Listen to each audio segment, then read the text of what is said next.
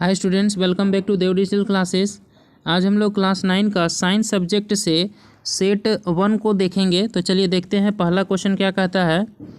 पहला क्वेश्चन है, निम्न में कौन सदिश नहीं है। इसका मतलब है कि कौन वेक्टर क्वांटिटी नहीं है। तो इसका आंसर होगा ऑप्शन डी, डिस्टेंस यानी कि दूरी। देखिए ऑप्शन ए में है विस्थापन जिसे डिस्प्लेसमेंट कहते हैं, ऑप्शन बी में है त्वरण जिसे एक्सेलरेशन कहते हैं, ऑप्शन सी में है वेग जिसे वेलोसिटी कहते हैं। ये तीनों वेक्टर क्वांटिटी है, लेकिन ऑप्शन डी स्केलर क्वांटिटी है।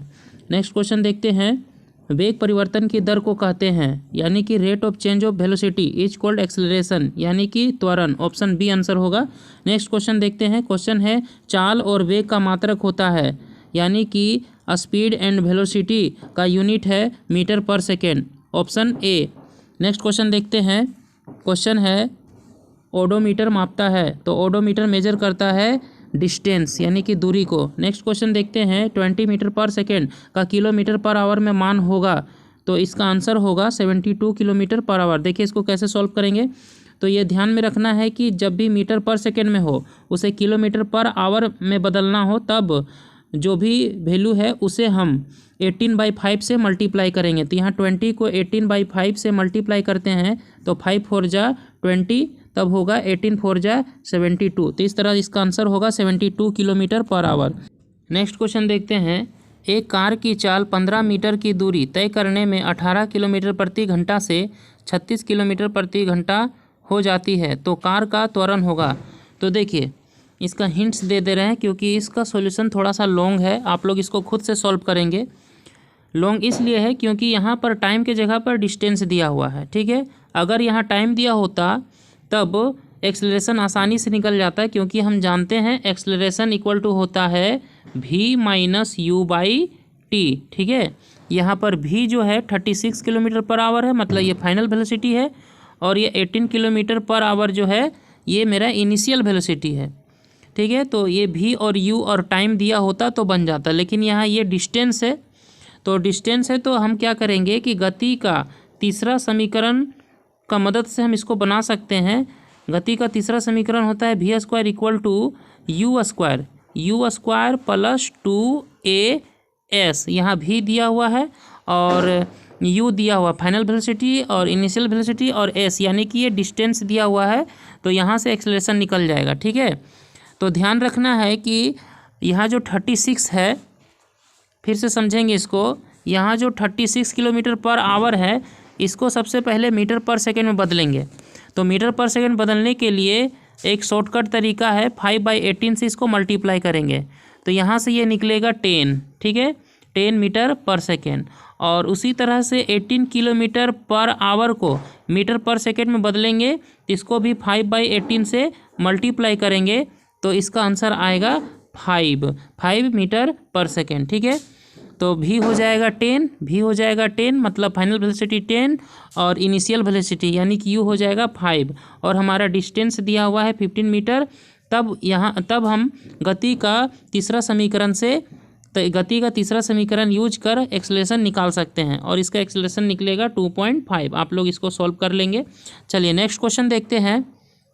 नेक्स्ट क्वेश्चन है, बल का ऐसा मात्रक है। तो बल का ऐसा मात्रक है न्यूटन, यानी फोर्स का ऐसा यूनिट है न्यूटन। नेक्स्ट क्वेश्चन देखते हैं।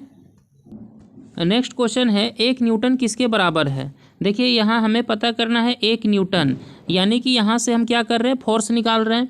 तो हमें पता है कि फोर्स इक्वल टू होता है F इक्वल टू होता है m इंटू ए। तो यहाँ से फोर्स हमारा 1 न्यूटन निकलना चाहिए। इसका मतलब है मास होगा 1 kg और एक्सेलरेशन भी होगा 1 मीटर पर सेकेंड स्क्वायर। इस तरह से आंसर आएगा 1 1 जा 1 kg मीटर पर सेकेंड स्क्वायर, ठीक है। तो इस तरह से इसका आंसर होगा ऑप्शन ए, 1 kg मीटर पर सेकेंड स्क्वायर। नेक्स्ट क्वेश्चन देखते हैं। क्वेश्चन है, 3 पिंड ए बी सी के द्रव्यमान क्रमशः 5 kg, 2 kg, 10 kg है। इनमें से किसका जड़त्व सबसे कम होगा। तो ध्यान रखना है कि जिस वस्तु का द्रव्यमान अधिक होता है उसका जड़त्व भी अधिक होता है। जड़त्व का मतलब होता है इनर्शिया, तो जिसका मास अधिक उसका जड़त्व भी अधिक, क्योंकि हम जानते हैं कि mass is the measure of inertia. लेकिन यहाँ पूछ रहा है कि किसका जड़त्व सबसे कम है, तो देखिए यहाँ पर है 2 kg सबसे कम मास वाला है, यानी कि ये जो बी है, बी का मास सबसे कम है तो इसका जड़त्व भी सबसे कम होगा। तो इसका आंसर होगा ऑप्शन बी, बी का जड़त्व यानी कि बी का इनर्शिया कम होगा, सबसे कम होगा। नेक्स्ट क्वेश्चन देखते हैं। क्वेश्चन है 1 kg द्रव्यमान पर 1 न्यूटन का बल लगाने पर उत्पन्न त्वरण का मान कितना होगा। तो देखिए हमें एक्सेलरेशन निकालना है, तो देखिए इसको फिर से देखते हैं। क्या कहता है कि 1 kg द्रव्यमान पर 1 न्यूटन का बल लगाने पर उत्पन्न त्वरण, तो हम जानते हैं F = होता है ma, ठीक है। तो यहाँ से हमें एक्सेलरेशन निकालना है, तो हो जाएगा F/m, ठीक है। तो फोर्स दिया है 1 न्यूटन और मास दिया हुआ है 1 kg, तो 1/1 तो हमारा वैल्यू क्या आएगा 1, तो एक्सेलरेशन आएगा 1 मीटर/सेकेंड स्क्वायर। तो इसका आंसर होगा ऑप्शन डी। देखिए इसका आंसर क्या होगा option D, 1 metre second square. Next question देखते हैं। न्यूटन के गति के पहले नियम से क्या मिलता है। तो न्यूटन के गति के पहले नियम से मिलता है जड़त्व की परिभाषा, ठीक है। नेक्स्ट क्वेश्चन देखते हैं। क्वेश्चन है न्यूटन गति के कौन से नियम से बल मापने का सूत्र मिलता है। इसका आंसर होगा ऑप्शन बी, दूसरे नियम से। नेक्स्ट क्वेश्चन देखते हैं। जी का मान होता है, तो जी का मान होता है 9.8 मीटर/सेकेंड स्क्वायर। देखिए ये भी एक्सेलरेशन है, लेकिन कैसा एक्सेलरेशन है, एक्सेलरेशन ड्यू टू ग्रेविटी है। इसका आंसर होगा 9.8 मीटर/सेकेंड स्क्वायर। नेक्स्ट क्वेश्चन देखते हैं। नेक्स्ट क्वेश्चन है 60 kg द्रव्यमान के किसी मनुष्य का चंद्रमा पर भार होगा।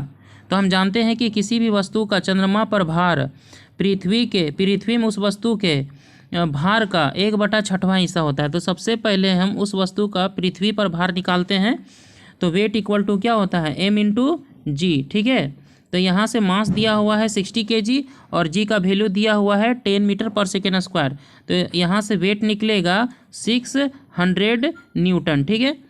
अब हम क्या करेंगे, ये निकला उस वस्तु का यानी कि उस मनुष्य का वेट निकला अर्थ में। अब हम निकालेंगे मून में, तो मून में क्या होगा, तो अर्थ में जितना भी वेट आया उसका क्या करेंगे 1/6 यानी कि 6 से डिवाइड करेंगे, तो यहाँ से निकल कर के आएगा 100, यानी कि इसका आंसर होगा 100 न्यूटन। तो इस तरह से इसका आंसर होगा option C, 100 newton. Next question देखते हैं। क्वेश्चन है शरबत बनाते समय पानी में चीनी मिलाने पर चीनी पानी में मिल जाता है, यह पदार्थ के कणों के किस गुण को दर्शाता है। तो इसका आंसर होगा ऑप्शन ए, पदार्थ के कणों के बीच रिक्त स्थान होता है। नेक्स्ट क्वेश्चन देखते हैं। क्वेश्चन है निम्नलिखित में से कौन पदार्थ का उदाहरण है। तो इसका आंसर होगा शीतल पेय, ये पदार्थ का उदाहरण है। नेक्स्ट क्वेश्चन देखते हैं। दो विभिन्न पदार्थों के कणों का स्वतः मिलना कहलाता है। तो इसका आंसर होगा विसरण। नेक्स्ट क्वेश्चन देखते हैं। क्वेश्चन है किसी तत्व की द्रव्यमान प्रति इकाई आयतन को क्या कहते हैं। तो इसका आंसर होगा घनत्व। नेक्स्ट क्वेश्चन देखते हैं। क्वेश्चन है 2 ग्राम हाइड्रोजन 16 ग्राम ऑक्सीजन के साथ मिलकर 18 ग्राम जल का निर्माण करता है, यह किस नियम को प्रदर्शित करता है। तो इसका आंसर होगा द्रव्यमान संरक्षण का नियम। नेक्स्ट क्वेश्चन देखते हैं। क्वेश्चन है जल में हाइड्रोजन एवं ऑक्सीजन की द्रव्यमान का अनुपात सदैव 1:8 होता है, यह किस नियम को दर्शाता है। तो इसका आंसर होगा स्थिर अनुपात का नियम। नेक्स्ट क्वेश्चन देखते हैं। क्वेश्चन है परमाणु त्रिज्या को किस मात्रक में नापते हैं। तो इसका आंसर होगा नैनोमीटर। नेक्स्ट क्वेश्चन है परमाणु द्रव्यमान को किस इकाई में नापते हैं। तो इसका आंसर होगा option D, atomic mass unit. Next question है किसी पदार्थ का सूक्ष्मतम कण जो स्वतंत्र रूप में रह सकता है क्या कहलाता है। तो इसका आंसर होगा अणु, मॉलिक्यूल। नेक्स्ट क्वेश्चन है जल की परमाणुकता कितनी है। तो इसका आंसर होगा ऑप्शन सी, 3। देखिए इसको समझिएगा, जल यानी कि ये क्या है H2O। तो इसमें टोटल नंबर ऑफ एटम कितना है। तो हाइड्रोजन 2 है और ऑक्सीजन 1 है। तो इस तरह से टोटल एटम कितना है हाइड्रोजन वाटर कंपाउंड में, टोटल एटम है 3। तो इस तरह से इसका आंसर होगा ऑप्शन सी। नेक्स्ट क्वेश्चन देखते हैं। क्वेश्चन है निम्नलिखित में से किसी यौगिक की परमाणुकता 5 है, किस यौगिक की परमाणुकता 5 है? तो इसका आंसर होगा कैल्शियम कार्बोनेट। देखिए कैसे, कैल्शियम कार्बोनेट यानी कि CaCO3। इसमें टोटल एटम देखते हैं कितना है, तो कैल्शियम के 1 एटम है, उसके बाद कार्बन 1 है, उसके बाद ऑक्सीजन का 3 एटम है। तो इस तरह से कितना एटम हो गया? 3 1 4 1 5, यानी टोटल 5 एटम है कैल्शियम कार्बोनेट में। तो इस तरह से इसका आंसर होगा ऑप्शन सी। नेक्स्ट क्वेश्चन देखते हैं। क्वेश्चन है कैल्शियम हाइड्रोक्साइड का सूत्र लिखिए। तो इसका आंसर होगा ऑप्शन बी, CaOH का होल ट्वाइस। नेक्स्ट क्वेश्चन है नाइट्रिक अम्ल का आणविक द्रव्यमान ज्ञात कीजिए। देखिए तो इसका आंसर होगा ऑप्शन ए 63। देखिए निकाल के दिखाते हैं। नाइट्रिक अम्ल इसका फार्मूला होता है HNO3, ठीक है। तो हाइड्रोजन का मास हो गया 1, मास नंबर या एटॉमिक मास 1 हुआ, नाइट्रोजन का हो गया 14 और ऑक्सीजन का 16 होता है। तो यहाँ पर ऑक्सीजन का 3 एटम है, तो हो जाएगा 16 3 जा 48। अभी हम 1 + 14 + 48 करते हैं, तब इसका आंसर आएगा 63। नेक्स्ट क्वेश्चन देखते हैं। क्वेश्चन है कोशिका की खोज किसने की? तो इसका आंसर होगा रॉबर्ट हुक। नेक्स्ट क्वेश्चन देखते हैं। क्वेश्चन है निम्नलिखित में कौन जीव एक कोशिकीय है? तो इसका आंसर होगा पैरामीशियम। नेक्स्ट क्वेश्चन है पादप कोशिका की सबसे बाहरी परत क्या है? तो इसका आंसर होगा कोशिका भित्ति। नेक्स्ट क्वेश्चन है कोशिका भित्ति बनी होती है? तो इसका आंसर होगा सेल्यूलोज। कोशिका भित्ति सेल्यूलोज से बनी होती है। नेक्स्ट क्वेश्चन है कोशिका झिल्ली का कोशिका के बाहर से अपने भोजन तथा अन्य पदार्थ के ग्रहण करने की प्रक्रिया को क्या कहते हैं? तो इसका आंसर होगा वर्णात्मक पारगम्य। नेक्स्ट क्वेश्चन है कोशिका में आनुवांशिक गुणों की सूचना कहाँ होती है? तो इसका आंसर होगा गुणसूत्र। नेक्स्ट क्वेश्चन है लाइसोसोम कौन बनाता है? तो इसका आंसर होगा गोल्जी उपकरण। नेक्स्ट क्वेश्चन है किसी विशेष कार्य को करने के लिए कोशिका एक विशेष समूह बनाती है, इस समूह को क्या कहते हैं? तो इसे कहते हैं उत्तक यानी कि टिश्यू। नेक्स्ट क्वेश्चन है तना के शीर्ष भाग में कौन उत्तक पाया जाता है? तो इसका आंसर होगा विभोज्योत्तक। इसे मेरिस्टेमेटिक टिश्यू कहते हैं। नेक्स्ट क्वेश्चन है पौधों में पत्तियों द्वारा बने हुए भोजन का संवहन पौधे के सभी भागों में कौन उत्तक करता है? तो इसका आंसर होगा फ्लोएम।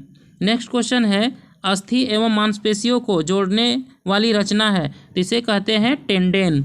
नेक्स्ट क्वेश्चन है नारियल के रेशे में कौन उत्तक पाया जाता है? तो इसका आंसर होगा option C sclerenchyma. Next question देखते हैं।